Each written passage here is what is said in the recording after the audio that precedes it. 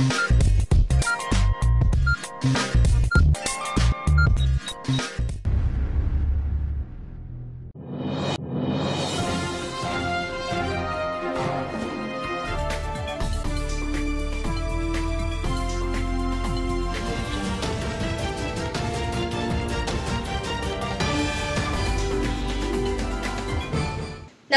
मी Mayawati. ADN बातमीपत्रात आपले स्वागत. आजच्या दिवसभरात घडलेल्या घटनांचा आढावा आपण घेणारच आहोत. त्यापूर्वी नजर टाकूया आजच्या ठळक घडामोडींवर. राज्यात दुष्काळाची परिस्थिती निर्माण झाली आहे. आज जनतेला पिण्याचे पाणी नाही, जनावरांसाठी चारा नाही, अशा संकटाच्या वेळी सरकार म्हणते निर्णय घेता येत नाही. काँग्रेसचे प्रदेशाध्यक्ष नाना पटोले यांची सरकारवर टीका.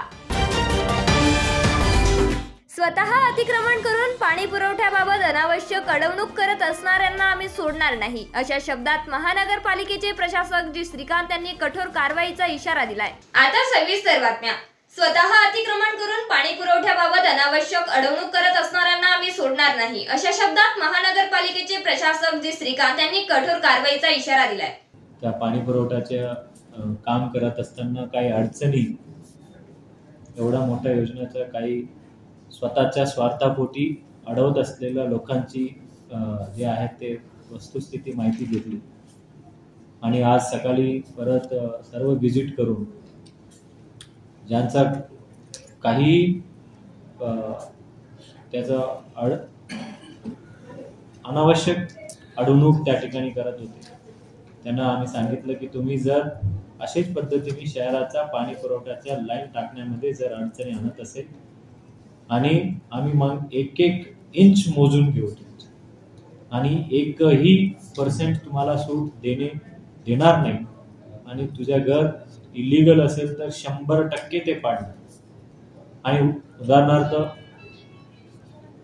की जळगाव रोड मध्ये काही लोक म्हणजे त्या गुंटेवारी नाहीये, अनाधिकृत बांधकाम आहे, परमिशन नाहीये, धंदा चालू राहिलं म्हणजे त्यांचे व्यवसाय त्या ठिकाणी चालू राहिलं, परंतु माझ्या पाणीचा लाईन अडवणूक करते. आणि तसेच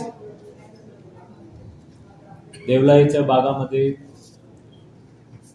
सुद्धा अडवणूक केली, बोंबाट नगर मध्ये अडवणूक केली आणि काही लोकांचा नेते व्हायचा उत्सुकतामध्ये त्यांनी केलं. त्याला तर आम्ही सोडणार नाही, त्याला जेलमध्ये टाकल्याशिवाय मी थांबणार नाही.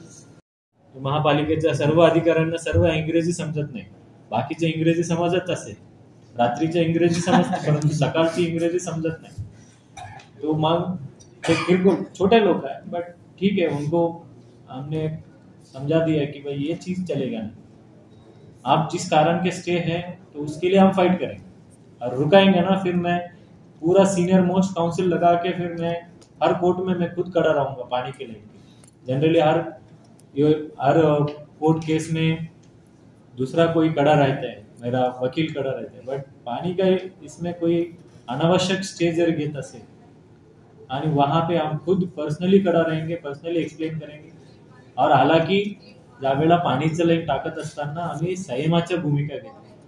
त्या ठिकाणी पाडापाडी न करता जेवढा शक्य आहे जेवढा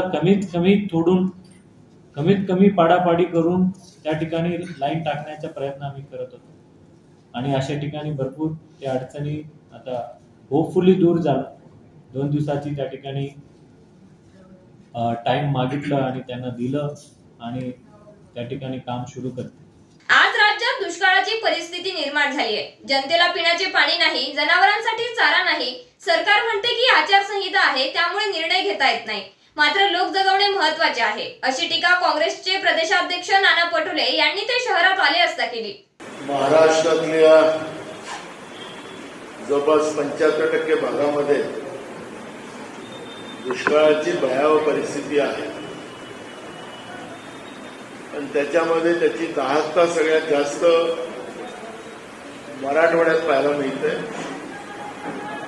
आज सकाळपासून संभाजीनगर, बीड, जालना या तीनही जिल्ह्याचा दौरा करून आम्ही या ठिकाणी आपल्या समोर आलेलो आहोत. मोसंबीच्या बागा असतील, डाळिंबाच्या बागा असतील, सीताफळांच्या बागा असतील, या सगळ्यांनी ऊस, हे सगळं पिकं उद्ध्वस्त झालेले चित्र आम्ही पाहिले. शेतकऱ्यांच्या डोळ्यातलं अश्रू पण त्या ठिकाणी शेतकऱ्यांना ढसाढसा रडताना आम्ही पाहिलं. आम्ही शेतकऱ्यांना धीर दिला. मुख्यमंत्र्यांना फोन लावले, मुख्यमंत्र्यांचा फोन नॉट रिचेबल येत आहे. त्या जिल्ह्यातल्या पालकमंत्र्यांना फोन लावले, त्यांचे फोन नॉट रिचेबल येतात. कोणी विदेशात आहेत, कोणी सुट्टी मानवत आहे. आणि मराठवाड्यामध्ये नव्हे तर महाराष्ट्रामध्ये शेतकऱ्यांच्या मोठ्या प्रमाणात आत्महत्या होत आहे. लोकांना पिण्याचं पाणी 15-15 दिवस, काही भागांमध्ये महिना पिण्याचं पाणी मिळत नाही, ही पण परिस्थिती आहे. टँकर माफियाची निर्मिती शासन आणि प्रशासनाच्या माध्यमातून केली जाते, ही चित्र या ठिकाणी आम्हाला पाहायला मिळाली. नोव्हेंबर महिन्यामध्ये सरकारला आम्ही विधानसभेत समजून सांगितलं होतं की यावर्षी काही भागामध्ये पाऊस कमी पडलेला आहे, यावर्षी पिण्याच्या पाण्याचा, जनावरांच्या चाऱ्याचा प्रश्न निर्माण होणार आहे, त्याचं नियोजन आतापासून करा. पण हे दळभद्री सरकार महाराष्ट्रातलं, त्या सरकारला सामान्य जनतेचं, शेतकऱ्यांचं घेणे देणं नाही, अशा पद्धतीचं चित्र आज पुढे येते. महाप्रीत आणि CMIA यांच्या संयुक्त विद्यमाने उद्योगांसाठी मुख्यमंत्री सौर उद्योग उत्थान प्रकल्पासंदर्भात माहिती देण्यासाठी येथे आयोजित उपक्रमांतर्गत राज्यभरातील MSMEs ला कोणत्याही भांडवली गुंतवणुकीशिवाय सौर ऊर्जा प्रकल्प बसविण्याची अतुलनीय संधी उपलब्ध करण्यात आली आहे. या चर्चासत्रात MSCCIA चे उपाध्यक्ष तनसुख झांबड यांनी या योजनेमध्ये MSCCIA च्या योगदानाची माहिती दिली. CMIA चे अध्यक्ष दुष्यंत पाटील यांनी या चर्चासत्राचे आयोजन कसे करण्यात आले व CMIA च्या विविध उपक्रमांची माहिती दिली. तसेच ह्या योजनेचा MSME उद्योजकांनी लाभ घ्यावा असे आवाहन केले. धनाजी गाडे यांनी महाप्रीतच्या विविध उपक्रमांबद्दल सविस्तर माहिती दिली. महाप्रीत तर्फे प्रकल्प व्यवस्थापक यशराज गोरे याप्रसंगी बोलत असताना हरित ऊर्जेचा वापर तसेच वीज बिलाची मोठ्या प्रमाणात बचत करायची असेल तर मुख्यमंत्री सौर उद्योग उत्थान योजना उद्योजकांसाठी फायदेशीर असून छत्रपती संभाजीनगरमधील जास्तीत जास्त उद्योजकांनी या योजनेमध्ये सहभाग घ्यावा असे आवाहन केले. या प्रकल्पाद्वारे महाप्रीतने MSMEs उद्योगांना शाश्वत ऊर्जा पद्धतींमध्ये योगदान देण्याच्या संधीचे आवाहन केले. MSU2Y चे प्राथमिक उद्दिष्ट संपूर्ण महाराष्ट्रात किमान 10,000 MSMEला लाभ मिळवून देणे हे आहे. Renewable energy service company model अंतर्गत अंमलात आणलेल्या MSMEsच्या छतावर सोलर सिस्टीम बसवल्या जातील व पुढील 2 दशकांसाठी ऑपरेशन आणि देखरेखीसाठी सोलर डेव्हलपर जबाबदार असतील. या कार्यक्रमाच्या सर्वात आकर्षक पैलूंपैकी एक म्हणजे दीर्घकालीन बचतीची हमी. MSMEना पुढील 20 वर्षांसाठी ऊर्जा बिलांमध्ये उल्लेखनीय 30 ते 40% कपात अपेक्षित आहे. महाप्रीत एका विस्तृत RESCO पॅनेलमेंट प्रक्रियेद्वारे पारदर्शकता आणि गुणवत्तेची सर्वोच्च मानके सुनिश्चित करते. या योजनेद्वारे महाराष्ट्रातील सुमारे 10,000 उद्योगांच्या छतावर एकूण 400 मेगावॅट क्षमतेची सौर ऊर्जा प्रणाली लावण्याचे ध्येय असल्याचेही त्यांनी पुढे नमूद केले. मुख्यमंत्री सौर उद्योग उत्थान योजना उद्योजकांसाठी लाभदायी असून आपल्या विभागातील जास्तीत जास्त उद्योजकांनी या योजनेचा लाभ घेऊन हरित ऊर्जेचा वापर तसेच वीज बिलात बचत करण्यावर भर द्यावा असे आवाहन CMIA तर्फे करण्यात आले. जिल्ह्यात जलजीवन मिशनचे काम जलद गतीने होण्यासाठी जिल्हा परिषदेचे मुख्य कार्यकारी अधिकारी तथा प्रशासक विकास मीना यांच्या अध्यक्षतेखाली जिल्ह्यातील सर्व कंत्राटदारांच्या बैठकीचे आयोजन करण्यात आले होते. यात त्यांनी आढावा घेतला. जिल्हा परिषदेच्या वेरूळ सभागृहात आज शुक्रवारी खुलताबाद तालुक्यातील कंत्राटदार व सहाय्यकारी तांत्रिक संस्था वेबकोस यांच्या बैठकीचे आयोजन करण्यात आले होते. बैठकीत कार्यकारी अभियंता ग्रामीण पाणी पुरवठा अजित वाघमारे यांनी खुलताबाद तालुक्यातील गावांचा गावनिहाय जलजीवन मिशन कामाचा आढावा घेतला. गावातील जलजीवन मिशन ॲपवर कामाचे व्हिडिओ व फोटो अपलोड करणे, कामात येणारे अडथळे, समस्या जाणून घेऊन कामाचे स्वरूप पाहून मे व जून 2024 अखेरपर्यंत काम पूर्ण करणे, योजना पूर्ण झालेल्या गावात पाणी पुरवठा तत्काळ सुरू करणे. या बैठकीत अनुपस्थित कंत्राटदारावर नोटीस देऊन कारवाई करण्याच्या सूचना दिल्या.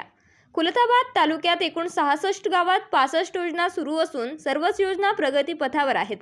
बैठकीला उपअभियंता राहुल सौंदाणे, उपअभियंता यांत्रिकी दत्तात्रय श्रीखंडे, उपअभियंता यांत्रिकी विकास सोनवणे, शाखा अभियंता प्रियंका तोनगिरे, वेबकॉस प्रतिनिधी रमेश ससाने, संबंधित योजनेचे ठेकेदार उपस्थित होते।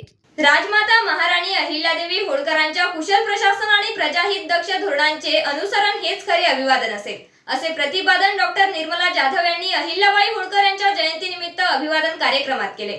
डॉक्टर बाबासाहेब आंबेडकर मराठवाडा विद्यापीठ अंतर्गत ताराबाई शिंदे स्त्री अभ्यास केंद्र व राष्ट्रीय सेवा योजना पदव्युत्तर विभाग यांच्या संयुक्त विद्यमाने दिनांक 31 मे 2024 रोजी महाराणी अहिल्याबाई होळकर यांच्या जयंतीनिमित्त अभिवादन कार्यक्रमाचे आयोजन करण्यात आले।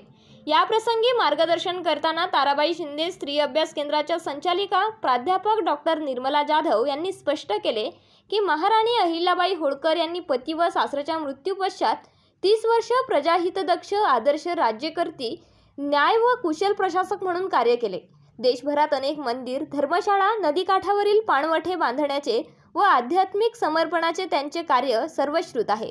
पण त्याचसोबत युद्ध आणि हिंसेला बढावा न देता शांततेच्या मार्गाने शेती, शिक्षण, पर्यावरण, उद्योग, कला, संगीत, शिल्पमूर्तिकला इत्यादी सर्वच आघाड्यांवरती इंदोर म्हणजेच तत्कालीन मालवा साम्राज्याला अग्रेषित करण्याचे कार्य अहिल्याबाई होळकर यांनी केले आहे। माहेश्वरी हे राजधानीचे शहर म्हणून स्थापित करून त्यांच्या वस्त्रोद्योग धोरणातून विकसित झालेली माहेश्वरी साडी आजही लोकप्रिय आहे। इंदोर साम्राज्याला शांती, समृद्धी आणि विकासाच्या प्रगतीपथावर घेऊन जाणाऱ्या अहिल्याबाई होळकरांची नोंद तत्कालीन देशी विदेशी इतिहासकारांनी घेतलेली दिसते। म्हणूनच मंदिराचा बांधणी आणि जीर्णोद्धार यासोबत एक प्रजाहित दक्ष, न्यायकुशल प्रशासक व राज्यकर्ती म्हणून अहिल्याबाई होळकरांच्या कार्याचा अभ्यास करणे व त्याचा आदर्श घेणे हे खरे अभिवादन ठरेल, असे प्रतिपादन डॉक्टर निर्मला जाधव यांनी केले। डॉक्टर सविता बहिरट यांनी कार्यक्रमाचे सूत्रसंचालन केले व दिनेश भवाले यांनी आभार मानले। या प्रसंगी ताराबाई शिंदे स्त्री अभ्यास केंद्राचे व डॉक्टर विकास टासले व संजय पोळ व राष्ट्रीय सेवा योजना पदव्युत्तर विभागाचे विद्यार्थी उपस्थित होते। अजूनही काही बातम्यांचा आढावा आपल्याला घ्यायचा आहे, मात्र वेळ झाली आहे छोट्याशा ब्रेकची। कुठेही जाऊ नका, पाहत रहा एडीएन।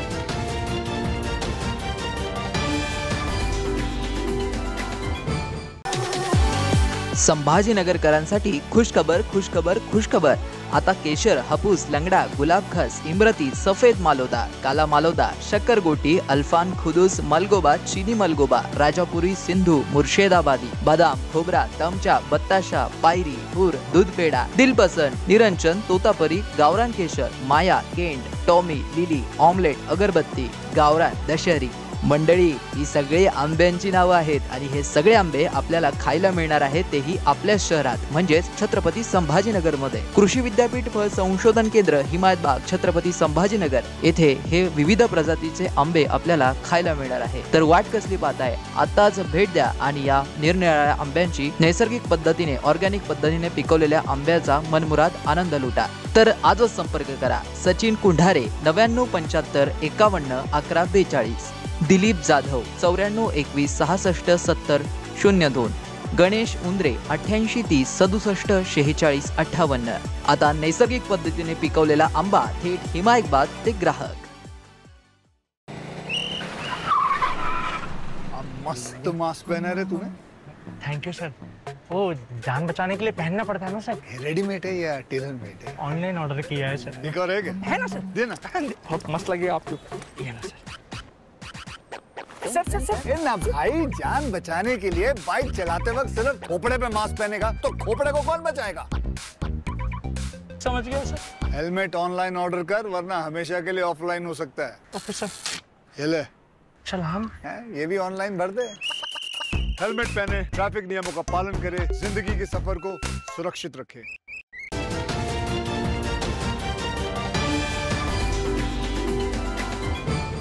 ब्रेक नंतर पुन्हा एकदा स्वागत। बांबू लागवड ही पर्यावरण आणि आर्थिक दृष्ट्या फायदेशीर आहे, त्यामुळे शेतकऱ्यांना शाश्वत आणि आर्थिक लाभ होईलच, शिवाय पर्यावरणाचे रक्षण होईल, असे मार्गदर्शन आज विभागीय आढावा बैठकीत मान्यवरांनी केले। महात्मा गांधी राष्ट्रीय ग्रामीण रोजगार हमी योजनेअंतर्गत बांबू व फळबाग लागवड कार्यक्रमाची विभागीय आढावा बैठक आज जिल्हाधिकारी कार्यालयात पार पडली। बैठकीस पर्यावरण व वातावरणीय बदल विभागाचे प्रधान सचिव प्रवीण दराडे, मनरेगाचे महासंचालक नंदकुमार, मनरेगा आयुक्त अजय गुल्हाणे, विभागीय आयुक्त मधुकर आर्दड, जिल्हाधिकारी दिलीप स्वामी, वातावरणीय बदल कृती कक्षाचे संचालक अभिजित घोरपडे, कोनबँक संस्थेचे संचालक संजीव करपे तसेच दूरदृश्य प्रणालीद्वारे विभागातील जिल्ह्यांचे जिल्हाधिकारी, जिल्हा परिषदेचे मुख्य कार्यकारी अधिकारी, कृषी विभाग, वन विभाग, सामाजिक वनीकरण, महसूल, सार्वजनिक बांधकाम, जलसंपदा अशा विविध विभागांचे अधिकारी सहभागी झाले होते। प्रास्ताविकात प्रवीण दराडे यांनी सांगितले की पर्यावरण संरक्षण व अनुकूल वातावरणीय बदल अभ्यासून शेतकऱ्यांना बांबू लागवडीसाठी प्रोत्साहित करण्यासाठी विविध उपक्रम राबविण्यात येत आहेत। तसेच शासकीय जागा, नदी नाल्यांच्या काठावर लागवड करून जमिनीची धूप थांबवणे, गाळ वाहून जाण्यास प्रतिबंध करणे इत्यादी उपाययोजनांचा समावेश असेल। प्रोत्साहनासाठी बांबू उत्पादन व त्या उत्पादनाची जागतिक बाजारपेठेतील उलाढाल व त्यात भारताचा हिस्सा याचा अभ्यास करून धोरण ठरवणे अशा उपायांचा समावेश आहे। नंदकुमार यांनी सांगितले की भूजलाचा प्रश्न सोडवणे, जमिनीचा पोत सुधारणे, तापमानात घट व पर्जन्यमानात वाढ साध्य करण्यासाठी वैयक्तिक जमिनीवर 20% हरित आच्छादन असावे। ते फळबाग लागवड, वृक्ष लागवड, कुरण लागवड अशा उपायांमधून साध्य करावे लागणार आहे। कार्बन उत्सर्जनावर नियंत्रण मिळवून वायू प्रदूषण थांबविणे यासाठी या उपाययोजना राबविणे आवश्यक आहे। त्यासाठी बांबू लागवडीला चालना देण्यात येत आहे। त्यातून शाश्वत आर्थिक उत्पन्न व पर्यावरण संरक्षण असे दोन्ही उद्देश साध्य होतात, असे त्यांनी स्पष्ट केले। बांबू लागवड व बांबूंच्या विविध उपयोगांबाबत कोनबँक संस्थेचे संचालक संजीव करपे यांनी सविस्तर सादरीकरण करून उपस्थितांना माहिती दिली। 10 ते 15 जूनच्या दरम्यान संपूर्ण महाराष्ट्रामध्ये पाऊस पोहोचणार आहे। यावर्षी पाऊस चांगला आहे, 96 ते 106%। त्यामुळे त्याचा फायदा घेऊन आपल्या सर्व जिल्हाधिकाऱ्यांनी संपूर्ण MREGS अंतर्गत forest department, DCM department, social forestry, agriculture, जिल्हाधिकारी, मुख्य कार्यकारी अधिकारी आणि सर्वच विभागांनी एकत्रित नियोजन ऑलरेडी केलेलं आहे। फक्त तुम्ही त्या नियोजनामध्ये तुम्हाला काय अडचणी आहेत किंवा शासनाकडनं काही अजून सुलभता हवी आहे, काही मार्गदर्शन हवे तर त्या दृष्टिकोनात आपली काय तयारी झाली, कशा पद्धतीने तयारी झाली, आपल्याला कशा पद्धतीने पुढे जायचं आहे त्यासाठीचा आढावा बैठक आम्ही घेत आहोत। सिल्लोड शहरात असलेल्या कापूस जिनिंगला लागलेल्या आगीत लाखो रुपयांचा कापूस जळून खाक झाला। दरम्यान ही आग कशामुळे लागली याचे कारण अद्याप समजू शकले नाही। सुदैवाने यात जीवितहानी झाली नाही। जिल्ह्यातील सिल्लोड शहरात डोंगरगाव रस्त्यावरील असलेल्या कापूस जिनिंगला आग लागली। रात्री लागलेल्या आगीने क्षणार्धात रौद्र रूप धारण केले। घटनेची माहिती मिळताच अग्निशामक दलाने घटनास्थळी दाखल झाले, मात्र अग्निशामक दलाला आगीवर नियंत्रण मिळवण्यास यश आले नाही। अचानक लागलेल्या आगीमुळे जिनिंगमध्ये असलेला लाखो रुपयांचा कापूस जळून खाक झाला। दरम्यान ही आग कशामुळे लागली याचे कारण अद्याप समजू शकले नाही। घटनेचा तपास सिल्लोड पोलीस करीत आहेत। सुदैवाने या घटनेत जीवितहानी झाली नाही। मनपा आरोग्य मलेरिया विभागामार्फत शहरात विविध ठिकाणी धूर फवारणी, जंतुनाशक औषध फवारणी, आबेटिंग, डेंग्यू मलेरिया प्रतिबंधात्मक उपाययोजना मोठ्या प्रमाणात राबविण्यात येत आहे। मनपा आरोग्य मलेरिया विभागामार्फत दिनांक 27, 28, 29, 30 रोजी झोन क्रमांक 8 सातारा देवळाई येथील वॉर्ड क्रमांक 114, 115, 109, 110 येथील अतिजोखीम भाग श्रीविहार कॉलनी, ओम गणेश नगरी, गणेश नगर, मल्हार गल्ली, सातारा गाव, खंडोबा मंदिर, राजनगर, शहानूरवाडी, देवनागरी तसेच आज दिनांक 31 मे 2024 रोजी झोन क्रमांक 10 अंतर्गत वॉर्ड क्रमांक 105, 108 येथील अतिजोखीम भागामध्ये वैद्यकीय आरोग्य अधिकारी डॉक्टर पारस मंडलेचा यांच्या नेतृत्वाखालील सहाय्यक आरोग्य अधिकारी डॉक्टर अर्चना राणे यांच्या आदेशानुसार पर्यवेक्षक शेख अनवर यांनी आरोग्य केंद्र सादतनगर पासून धडक मोहीमला सुरुवात केली असून सादतनगर, राहुल नगर, पटेल नगर, हमालवाडा, साई अमृत प्लाझा, सिल्क मिल कॉलनी येथे सकाळी व्हेकल माउंटिंगद्वारे धूर फवारणी, जंतुनाशक औषध फवारणी, आवेटिंग, हस्तपत्रिका वाटप, स्टिकर्स लावणे, सर्वेक्षण, दूषित कंटेनरची पाहणी करून डास अळी स्थान नष्ट करणे, डेंग्यू मलेरिया प्रतिबंधात्मक उपाययोजना राबवण्यात आली आहे। यावेळी पर्यवेक्षक शेख अनवर शेख दादाभाई तसेच इथे व्हिजिट करणारे मेडिकल ऑफिसर दत्ता धनवे, वैद्यकीय अधिकारी डॉक्टर शेख शोएब, वैद्यकीय अधिकारी डॉक्टर डिंपल परदेशी, सुपरवायझर कल्याण मोरे, फवारणी कर्मचारी शेख तय्यब भारतवाग, मनोज जगधाने, निकेश बोर्ड, सुशील पगारे, विशाल पंडित, रामनाथ रोकडे, शेख अशफाक, आशा वर्कर सविता गवई, हिना खान, शेख नसरीन, पूजा खरात, सविता साळवे, शुभांगी इंगळे, शेख अफरीन व नागरिक उपस्थित होते। गेल्या 1.5 वर्षापासून नादुरुस्त बस दुरुस्त करून प्रवाशांच्या सेवेसाठी वापरण्यात येत असल्याचा उपक्रम सुरू केल्यामुळे सध्या एसटीत फक्त 2 ते 3% नादुरुस्त गाड्या असल्याची माहिती समोर येत असून त्यामुळे सर्व मार्गावर बस धावताना दिसतायत। कोरोना आणि एसटी महामंडळ संपामुळे 18 ते 20% बस नादुरुस्त होते। गेल्या 1.5 वर्षांपासून अशा बस दुरुस्त करून प्रवाशांच्या सेवेसाठी वापरण्यात येत आहेत। 1.5 वर्षापासून हे विशेष उपक्रम एसटीचे सुरू आहेत। यामुळे सध्या एसटीत फक्त 2 ते 3% नादुरुस्त गाड्या असल्याची माहिती एसटीचे उपाध्यक्ष व व्यवस्थापकीय संचालक माधव कुसेकर यांनी दिली। एसटी महामंडळाचे उपाध्यक्ष आणि व्यवस्थापकीय संचालक माधव कुसेकर यांनी शहरात आणि नाशिक विभागाची बैठक घेतली। या बैठकीत दोन्ही विभागाचा आढावा घेतला। या बैठकीत उत्पन्न वाढीबाबत चर्चा करण्यात आली। यामध्ये फेऱ्यांमध्ये बदल तसेच काही मार्गावर फेऱ्या वाढवण्यासह बस वेळापत्रकाप्रमाणे चालवण्याबाबतही चर्चा करण्यात आली। याशिवाय एसटी बस स्थानकाची सध्याची परिस्थिती आणि इतर बाबींवरही चर्चा करण्यात आली। यावेळी महाव्यवस्थापक नंदकुमार कोलारकर यांच्यासह अन्य अधिकाऱ्यांची उपस्थिती होती। या बैठकीनंतर पत्रकारांशी बोलताना व्यवस्थापकीय संचालक माधव कुसेकर यांनी सांगितले की एसटीच्या प्रवाशांना चांगली सुविधा देऊन त्यांचा प्रवास सुखकर करून एसटीला नफ्यात आणण्याचा प्रयत्न सुरू आहे। यासाठी 5000 EV बस खरेदीचा निर्णय घेण्यात आलाय। या बस ऑगस्ट महिन्यापासून येणार आहेत। यासाठी EV चार्जिंग हब तयार करण्याचेही काम सुरू आहे। 3 वर्षात 5000 बस दाखल होणार आहेत। या वर्षात अखेरपर्यंत 1000 बस येणार आहेत। या EV बससह 6000 CNG आणि LNG वर चालणाऱ्या बस तयार करण्याचा निर्णय घेण्यात आलाय। शेवटी परत एकदा एक नजर टाकूया आजच्या ठळक घडामोडींवर। राज्यात दुष्काळाची परिस्थिती निर्माण झाली आहे। आज जनतेला पिण्याचे पाणी नाही, जनावरांसाठी चारा नाही अशा संकटाच्या वेळी सरकार म्हणते निर्णय घेता येत नाही। काँग्रेसचे प्रदेशाध्यक्ष नाना पटोले यांची सरकारवर टीका। स्वतः अतिक्रमण करून पाणी पुरवठ्याबाबत अनावश्यक अडवणूक करत असणाऱ्यांना आम्ही सोडणार नाही अशा शब्दात महानगरपालिकेचे प्रशासक जी श्रीकांत यांनी कठोर कारवाईचा इशारा दिलाय। याचबरोबर हे बातमीपत्र इथे संपलं। पुन्हा भेटूयात पुढील बातमीपत्रात। तोपर्यंत बघत रहा औरंगाबादकरांचा हक्काचं बातमीपत्र ADN।